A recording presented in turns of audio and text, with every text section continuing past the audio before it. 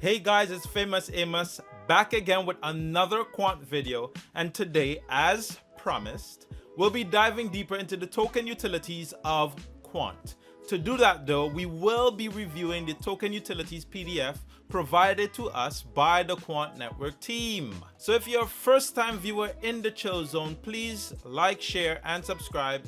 And for my Quant followers, get comfortable, which I guess I can now say Gilbert Verdian, CEO of Quant Network, is officially one of my viewers. As Gilbert stated, he gave me a quick shout out as he was in the Quant Telegram hanging out with the community, which I think is very commendable. So Gilbert, thank you for always engaging with the community in the way you do. It's not a lot of projects or CEOs that know how to do the tech and do the community at the same time, which is something you take pride in, and I really think that is a very nice picture. All right, so let's really begin with the Quant token utility. Quant states their vision is to build an ecosystem around Overleder, allowing for developers and enterprises to innovate and create value as a result of building multi-chain application or maps for their users and customers. Of course, none of this can happen if they are not compliant with regulations. I feel very good when I see the Quant Network team has stated they are FINMA compliant. They stated, in line with FINMA guidelines, utility tokens are tokens that intend to provide digital access to an application or service. Access to the Overleder operating system is only possible through the use of Quant or QNT tokens, i.e., Quant tokens must be provided to the Quant network in exchange for annual licenses or platform fees. Let's take a pause here. For those who may not be aware of what FINMA is, based on their website, FINMA is Switzerland's independent financial markets regulator. Its mandate is to supervise banks, insurance companies, exchanges, securities dealers, collective investment schemes. Essentially, if you're not compliant with FINMA, you can face hefty fines, and we all know some projects are dealing with that issue today. Anyway, based on the FINMA Roundtable on ICO's report released in March 2018, utility tokens are classified based on the following criteria.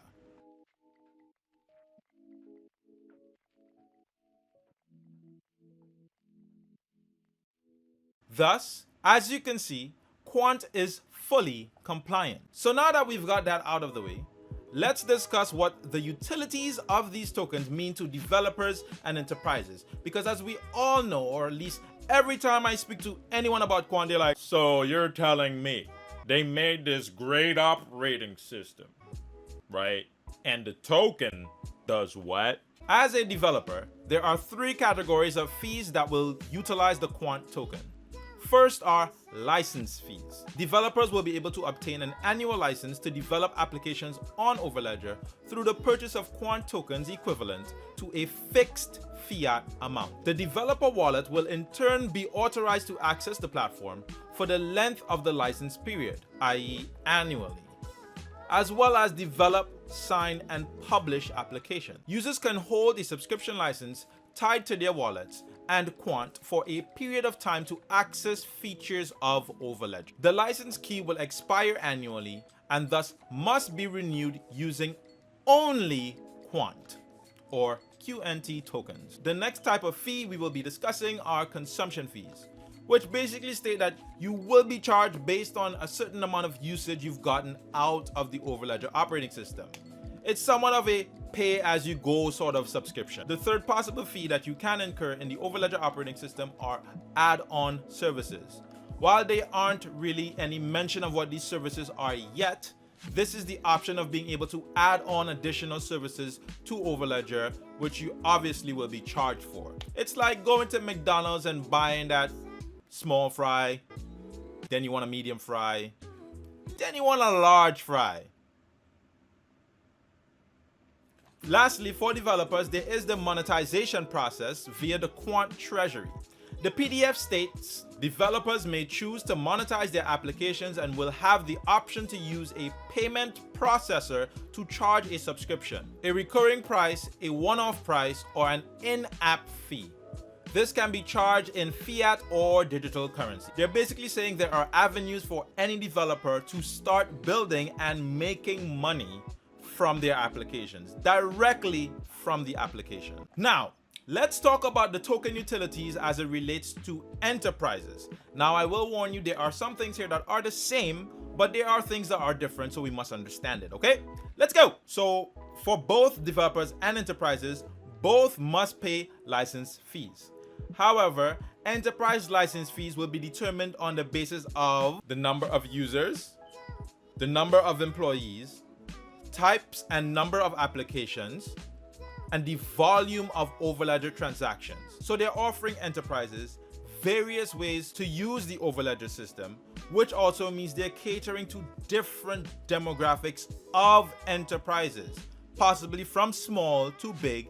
There probably won't be, a set standard or a set size of customer that has to use Quant, which is really great if you're trying to onboard or get massive adoption. Enterprises are entitled to pay a platform fee, which, as the team states, will be calculated as a percentage of the license fee, and it is also payable in Quant. Unlike regular developers though, enterprises will have various payment subscription models, as we just discussed earlier. So for both developers and enterprises, consumption and add-on services as it relates to paying those fees operate the same. Now, I'm not saying that the values are the same, but the operation or the process or the rules for each apply to both developers and enterprises. So I'm pretty sure you're wondering, if the token is pegged to fiat prices, what happens if the Quant token goes to $1 million? And I would be very glad that you asked.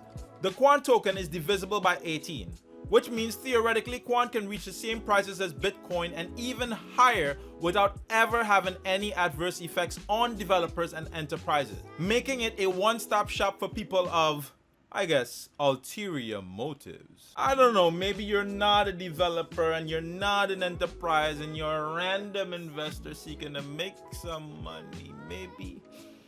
Maybe it's good for you as well. But of course, this is not financial advice. All right, so that's all we know about the token utility thus far.